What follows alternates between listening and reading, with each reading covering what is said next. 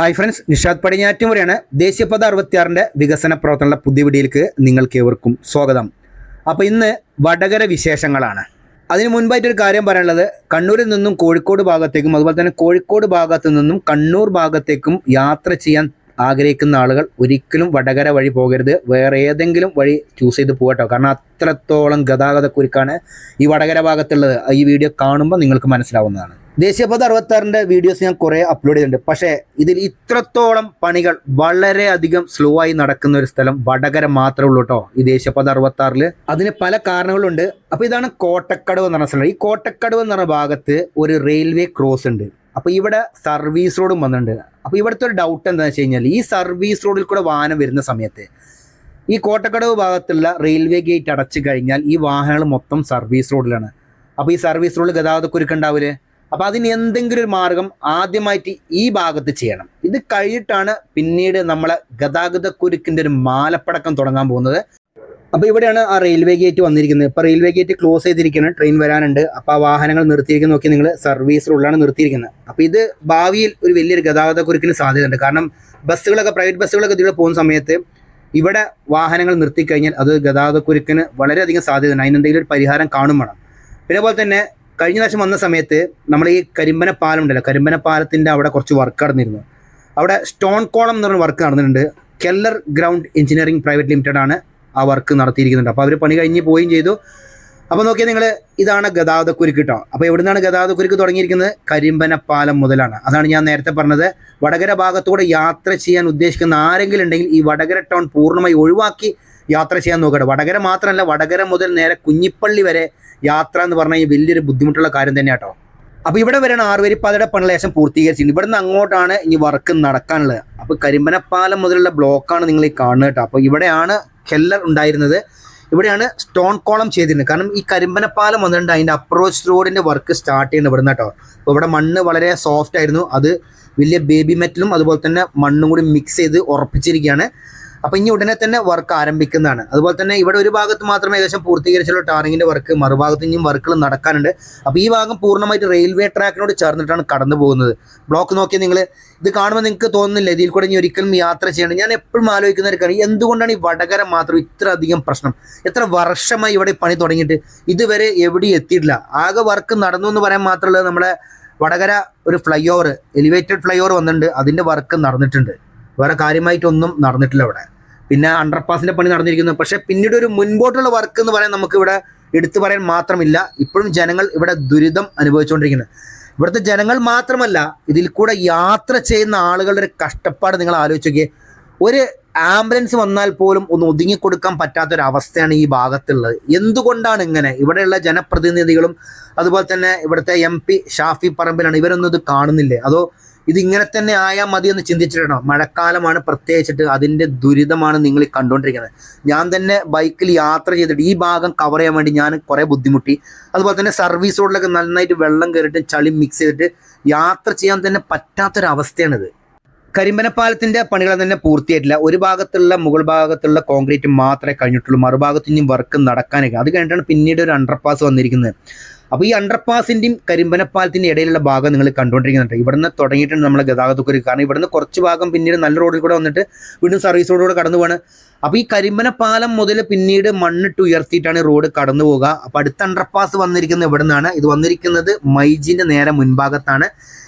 ഇവിടുന്ന് ഇടത് ഭാഗത്തേക്ക് റോഡ് നിങ്ങൾ കാണും, അതാണ് യഥാർത്ഥത്തിൽ വടകര ടൗണിലേക്ക് പോകുന്ന റോഡ്. ഇത് ബൈപ്പാസ് ആണ്. അപ്പം ഈ വടകര എന്ന് പറഞ്ഞ സംഭവം ഒരു മുനിസിപ്പാലിറ്റിയാണ്, വലിയ മുനിസിപ്പാലിറ്റി കേട്ടോ. ഒരുവിധം എല്ലാ കച്ചവട സ്ഥാപനങ്ങളും ഈ ഇടത് ഭാഗത്താണ്. കാരണം വടകര ടൗൺ അതാണ്. അപ്പോൾ ഇനി ഇവിടെ യഥാർത്ഥത്തിൽ സംഭവിക്കാൻ പോകുന്ന കാര്യം എന്ന് വെച്ച് കഴിഞ്ഞാൽ, ഇവിടെ നിന്ന് ഞങ്ങളുടെ എലിവേറ്റഡ് ഹൈവേ ആണ് വരാൻ പോകുന്നത്. അപ്പോൾ ഈ രണ്ട് ഭാഗത്തും സർവീസ് റോഡ് ആയിരിക്കും. ഇവിടെ ഗതാഗതക്കുരുക്ക് വന്നു കഴിഞ്ഞാൽ നേരെ വടകര ടൗൺ പഴയ റോഡിലേക്കാണ് കയറും, അവിടെയും ഗതാഗതക്കുരുക്കാവും.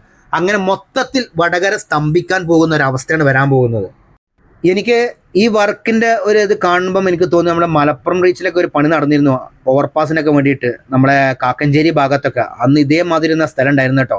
മഴക്കാലത്തൊക്കെ വളരെയധികം ബുദ്ധിമുട്ടായിരുന്നു. പക്ഷേ എത്രയും വേഗം KNRCയിൽ പണികൾ പൂർത്തീകരിച്ചു. ഇവിടെ വാഗാടാണ് വർക്ക് എടുത്തിരുന്നത്, പക്ഷേ എവിടെയും എത്താതെ നിൽക്കുകയാണ്. പല സ്ഥലത്തും നിരപ്പായ സ്ഥലങ്ങളിലൊക്കെ ടാറിങ് കഴിഞ്ഞിട്ടുണ്ടെങ്കിലും എന്നാലും പല സ്ഥലത്തും പല പല പ്രശ്നങ്ങളാണ്. ഇപ്പോൾ നമ്മൾ കഴിഞ്ഞ വീഡിയോയിൽ കണ്ടു കൊയിലാണ്ടി ബൈപ്പാസിലെ കുന്നിയോറമല, അവിടെയൊക്കെ വളരെയധികം പാളിച്ചകളാണ് വാഗാടിന് സംഭവിച്ചിരിക്കുന്നത്. ഇപ്പോൾ അത് റെഡി ആയിക്കൊണ്ടിരിക്കുകയാണ്. ശരിക്കും ആ കൊയിലാണ്ടി ബൈപ്പാസ് ഒക്കെ തുറക്കേണ്ട സമയം കഴിഞ്ഞിരിക്കുന്നു.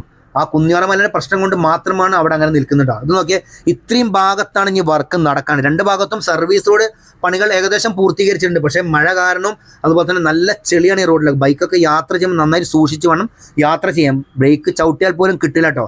നല്ല ഗതാഗതക്കുരുക്ക് എന്ന് പറഞ്ഞാൽ അത്രത്തോളം നല്ല ഗതാഗതക്കുരുക്കാണ് ഈ ഭാഗത്ത് അനുഭവപ്പെട്ടുകൊണ്ടിരിക്കുന്നത്.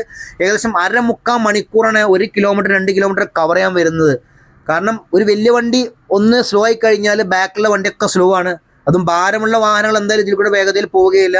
അതിനോടനുബന്ധിച്ച് അത്രയും നീളത്തിൽ ഗതാഗതക്കുരുക്ക് ബാക്കിലേക്ക് ഉണ്ടായിക്കൊണ്ടിരിക്കുകയാണ്.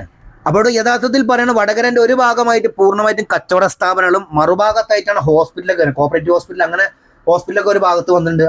അപ്പോൾ ഈ ആ ഭാഗത്തേക്കുള്ള യാത്ര അത്രയും ദുസ്സഹമാണ്. കാരണം നിങ്ങൾ നോക്കിയാൽ നിങ്ങൾ ഒരു മഴ പെയ്തിട്ട് ഇപ്പം എലിവേറ്റഡ് ഹൈവേക്ക് വേണ്ടിയിട്ട് പൈലിംഗ് ചെയ്യാനുള്ള ഭാഗങ്ങളാണ് ഇവിടെയൊക്കെ ഫുള്ളായിട്ട് മണ്ണ് ഇളക്കിയിട്ടിരിക്കുകയാണ്.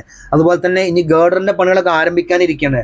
നോക്കിയാൽ നിങ്ങൾ ഇതൊരു ഭാഗത്തുള്ള സർവീസ് റോഡിൻ്റെ അവസ്ഥയാണ്. ഈ ഭാരമുള്ള വാഹനങ്ങളൊക്കെ ഇതിൽ കൂടെ കടന്നു പോകുമ്പോൾ അതിൻ്റെ ബാക്കിൽ വരുന്ന വാഹനങ്ങളുടെ അവസ്ഥ നോക്കിയാൽ കറക്റ്റ് ഒരു ലോറി പോകാനുള്ള ഗ്യാപ്പ് മാത്രമേ ഇപ്പോൾ സർവീസ് റോഡിലുള്ളൂ. ഒന്നാമത് വടകര ഭാഗത്ത് എന്ന് വെച്ചാൽ കോഴിക്കോട് റീച്ചിൽ പല ഭാഗത്തും, രണ്ടാമത്തെ റീച്ച് പറയുന്നത് കേട്ടോ, വെങ്ങളം മുതൽ അഴിയൂർ വരെയുള്ള റീച്ചിൽ പല ഭാഗത്തും സർവീസ് റോഡ് തീരെ വീതിയില്ല. അതിൻ്റെ കുറേ പ്രശ്നങ്ങൾ വേറെ ഉണ്ട്. ഇപ്പം നിലവിൽ ഇവിടെ ഫ്ലൈ ഓവർ എലിവേറ്റഡ് ഹൈവേൻ്റെ പണി കഴിഞ്ഞിരിക്കുന്നത് നമ്മളെ വടകര ബസ് സ്റ്റാൻഡ് ഉണ്ട്. ബസ് സ്റ്റാൻഡിന് മുൻപ് നിന്നാണ് സ്റ്റാർട്ട് ചെയ്തിരിക്കുക കേട്ടോ. ഒരു കണക്കിന് ഇത് പൂർണ്ണമായിട്ട് എലിവേറ്റഡ് ഹൈവേ ആയി കഴിഞ്ഞാൽ നല്ലതാണ്. കാരണം കച്ചവട സ്ഥാപനങ്ങൾക്ക് വലിയ രീതിയിൽ ബുദ്ധിമുട്ട് സംഭവിക്കില്ല. കാരണം എലിവേറ്റഡ് ഹൈവേ ആവുന്ന സമയത്ത് പില്ലറുകളായിരിക്കും അടിയിലുണ്ടാവുക. അപ്പം അങ്ങോട്ടും ഇങ്ങോട്ടും ജനങ്ങൾക്ക് കടന്നു പോകാൻ സാധിക്കും. അല്ലാത്ത പക്ഷം ഇവിടെ മണ്ണിട്ട് ഉയർത്തി വന്ന പ്രദേശമാണെങ്കിൽ ഈ വടകര അങ്ങാടി രണ്ടായി വിഭജിച്ച മാതിരിയാവും. ഈ വീഡിയോ എടുക്കുന്ന ദിവസം ഇവിടെ പക്ഷേ ബസ് സ്റ്റാൻഡിന് നേരെ മുൻഭാഗത്ത് നോക്കി നിങ്ങൾ ഇത്രത്തോളം വാഹനങ്ങളാണ് ഇവിടെ പാർക്ക് ചെയ്തിരിക്കുന്നത്. ഇത് ഇവിടുന്ന് മാറ്റിയാൽ തന്നെ ഈ ഭാഗത്തുള്ള ഗതാഗതക്കുരുക്ക് ഒഴിവാകും. നോക്കി നിങ്ങൾ വലിയ വാഹനങ്ങളൊക്കെ ഇവിടെ ബ്ലോക്കിൽ പെട്ട് കിടക്കുകയാണ്. ഇവിടുന്ന് നേരെ നമ്മൾ പോകാൻ നിൽക്കുന്ന ആശാ ഹോസ്പിറ്റലിൽ അങ്ങോട്ടോ. ആ ഭാഗത്തേക്കുള്ള വാഹനങ്ങളാണ് ഈ പോയിക്കൊണ്ട് വെച്ച് കഴിഞ്ഞാൽ നേരെ നമ്മൾ വടകരയിൽ നിന്ന് നേരെ അഴിയൂർ മാഹി ഭാഗത്തേക്ക് പോകുന്ന വാഹനങ്ങളുടെ ഒരു നീണ്ട നിരയാണ് ഈ ഭാഗത്ത് കണ്ടുകൊണ്ടിരിക്കുന്നത്. ഇവിടെ മാത്രമല്ല, ഇവിടുന്ന് അങ്ങോട്ട് വിട്ട് കഴിഞ്ഞാൽ പൂർണ്ണമായിട്ട് ബ്ലോക്ക് തന്നെയാണ് പല ഭാഗത്തും. വർക്കുകൾ നടക്കുന്നതിന് അതിനോടനുബന്ധിച്ചുള്ള നല്ല രീതിയിൽ തന്നെ ബ്ലോക്കുമുണ്ട്. ഈ ദേശീയപാത 66 വടകരയിലെ ഈ എലിവേറ്റഡ് ഹൈവേൻ്റെ വർക്ക് നടക്കുന്ന സമയത്ത് ഞാനൊരു ന്യൂസ് കേട്ടിരുന്നു. ഈ എലിവേറ്റഡ് ഹൈവേ സ്റ്റാർട്ട് ചെയ്യണമെന്ന് വെച്ച് കഴിഞ്ഞാൽ നമ്മൾ കരിമനപ്പാലം കഴിഞ്ഞ് വേറെ മുന്നോട്ട് വന്നിട്ട് നമ്മളെ ഈ വടകര ബസ് സ്റ്റാൻഡ് തുടങ്ങുന്നതിന് മുൻപായിട്ടാണ് ഈ എലിവേറ്റഡ് ഹൈവേ സ്റ്റാർട്ട് ചെയ്യണം. പക്ഷെ ഇപ്പം അങ്ങനെയല്ല സംഭവിച്ചിരിക്കുന്നത്. എലിവേറ്റഡ് ഹൈവേ സ്റ്റാർട്ട് ചെയ്തിരിക്കുന്നത് വടകര ബസ് സ്റ്റാൻഡ് കഴിഞ്ഞിട്ടാണെന്ന് മാത്രം. ഇവിടെ കുറേ വിഷയങ്ങളുണ്ട് ഈ എലിവേറ്റഡ് ഹൈവേ വന്നതിന് ശേഷമുള്ള പ്രശ്നങ്ങൾ. പിന്നെ അതുപോലെ തന്നെ കഴിഞ്ഞ പ്രാവശ്യമൊക്കെ ഇവിടെ പണി നടക്കുന്ന സമയത്ത് മഴക്കാലത്തൊക്കെ ഇവിടുത്തെ ജനങ്ങൾ അനുഭവിച്ച ദുരിതം അത് പറഞ്ഞാൽ തീരുകയില്ല. കാരണം ഈ വടകരക്കാരുടെ ക്ഷമ നമ്മൾ മനസ്സിലാക്കേണ്ടതുണ്ട്. കാരണം അത്രത്തോളം ക്ഷമിക്കുന്ന ആളുകളാണ് തോന്നുന്നുണ്ട്. അല്ലെങ്കിൽ ഇവിടേക്ക് എന്തെങ്കിലുമൊക്കെ സംഭവിച്ചേനെ. ഇപ്പോൾ മലപ്പുറം ജില്ലയിലൊക്കെ പല ഭാഗത്തും ജനങ്ങൾ നേരിട്ട് ഇറങ്ങിയിട്ട് പല പ്രശ്നങ്ങളും സോൾവ് ആക്കിയിട്ടുണ്ട്. അങ്ങനെയാണ് ഇപ്പോൾ അവിടെ റോഡ് പണി വേഗം കഴിഞ്ഞത്. ഇവിടെ നോക്കിയാൽ നിങ്ങൾ ഒരു സർവീസ് റോഡിൻ്റെ അവസ്ഥ നിങ്ങൾ കണ്ടുകൊണ്ടിരിക്കുന്നത്. ടാറിങ് കഴിഞ്ഞിട്ടുണ്ടെങ്കിലും വാഹനങ്ങൾക്ക് സുഖമായിട്ട് യാത്ര ചെയ്യാൻ സാധിക്കുന്നില്ല. കാരണം ഈ പണി നടക്കുന്ന സമയത്ത് ഈ സർവീസ് റോഡിൽ നല്ല രീതിയിൽ തന്നെ ചെയ്തിട്ടുണ്ടെങ്കിൽ വലിയ ഗതാഗതക്കുരുക്കില്ലാതെ യാത്ര ചെയ്യും. ഒരു മഴ പെയ്ത് കഴിഞ്ഞാൽ ഈ കുഴികളിലൊക്കെ വെള്ളമാണ്. അപ്പം വാഹനങ്ങളൊക്കെ ഒന്ന് സ്ലോ ആവും. അതിനോടനുബന്ധിച്ച് നല്ല രീതിയിൽ തന്നെ ഇവിടെ ബ്ലോക്കും ഉണ്ടാവും. ഈ ഭാഗത്ത് കാര്യമായിട്ട് വർക്ക് നടന്നിട്ടില്ലടാ. അന്ന് ഞാൻ വന്ന സമയത്ത് ഇതേമാതിരി തന്നെയായിരുന്നു. ഇത് കഴിഞ്ഞിട്ട് പിന്നീട് നെറ്റ് സ്ട്രീറ്റ് ജംഗ്ഷനിലാണ് പിന്നെ അടുത്തൊരു ഫ്ലൈ ഓവർ വന്നിരിക്കുന്നത്. എന്ന് വെച്ചാൽ ഇത് കണ്ടിന്യൂസ് ആയിട്ട് എലിവേറ്റഡ് ഹൈവേ ആയിട്ട് പോവുക കേട്ടോ. ശരിക്കും ഇത് കുറച്ചും കൂടി നീട്ടിയിട്ട് നമ്മളെ എന്താ പറയുക ആശാ ഹോസ്പിറ്റലൊക്കെ കഴിഞ്ഞിട്ട് നിൽക്കുകയാണെങ്കിൽ തന്നെ ഈ വടകര ടൗൺ പൂർണ്ണമായിട്ട് സേഫ് ആയനെ. കാരണം വലിയ ഗതാഗതക്കുരുക്കില്ലാതെ വാഹനങ്ങൾക്ക് പോകാനും സാധിക്കും. അതുപോലെ തന്നെ ഇവിടെയൊക്കെ മണ്ണിട്ട് ഉയർത്തി വരുമ്പോഴാണ് ഭയങ്കര പ്രശ്നം വന്നത്. കാരണം രണ്ട് ഭാഗത്തും കച്ചവട സ്ഥാപനങ്ങൾ, ഈ കച്ചവടങ്ങളൊക്കെ ഒരു ഭാഗത്തേക്ക് മാത്രമായിട്ട് ഒതുങ്ങി നിൽക്കും. അപ്പോൾ ഇത് നെറ്റ് സ്ട്രീറ്റ് ജംഗ്ഷൻ കേട്ടോ. ഇവിടുത്തെ സർവീസ് റോഡിൻ്റെ അവസ്ഥ നിങ്ങൾ നോക്കിയേ. ഈ കുഴികളുള്ള സർവീസ് റോഡിൽ കൂടെ എങ്ങനെയാണ് വാഹനങ്ങൾ സ്മൂത്തായിട്ട് പോവുക? അപ്പോൾ ഈ ഒരൊറ്റ കാരണം കൊണ്ടാണ് ഇവിടെ മെയിനായിട്ട് ഗതാഗതക്കുരുക്ക് ഉണ്ടാവുന്നത്. കാരണം അത്രയും കുഴികൾ ചാടി പോണ സമയത്ത് വാഹനങ്ങൾ വളരെയധികം സ്ലോയിലായി യാത്ര ചെയ്യുക. അപ്പോൾ അതിൻ്റേതായ പ്രശ്നങ്ങളാണ് ഈ ഭാഗത്ത് ഉണ്ടാകുന്നത്.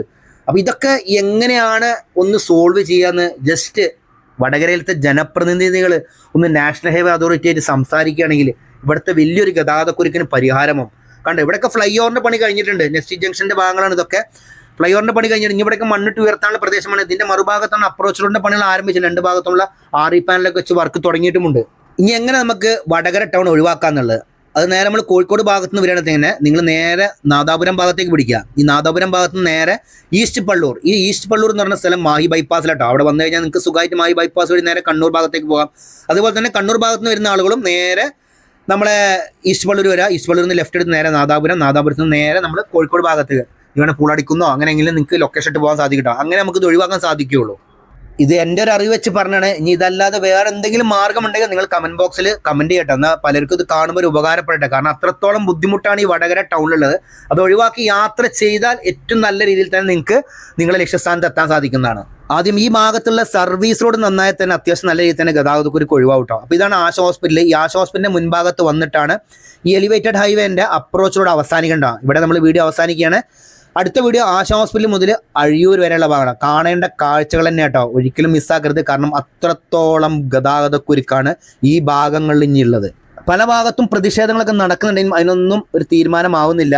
അതുപോലെ തന്നെ ക്ഷമ എന്താന്നുള്ളത് ഈ ഭാഗത്തു കൂടെ യാത്ര ചെയ്യുന്ന ഓരോ ഡ്രൈവർമാർക്കും മനസ്സിലാവും. അപ്പോൾ ഇതൊക്കെയാണ് വടകര വിശേഷങ്ങൾ. വീഡിയോ ഇഷ്ടപ്പെടുകയാൽ ലൈക്ക് ചെയ്യുക, ഷെയർ ചെയ്യുക, കമന്റ് ചെയ്യാൻ മറക്കരുത്. അപ്പോൾ പുതിയൊരു പുത്തൻ വീഡിയോ ആയിട്ട് വരുന്നവരെ നിങ്ങളോട് എല്ലാവരോടും ബൈ.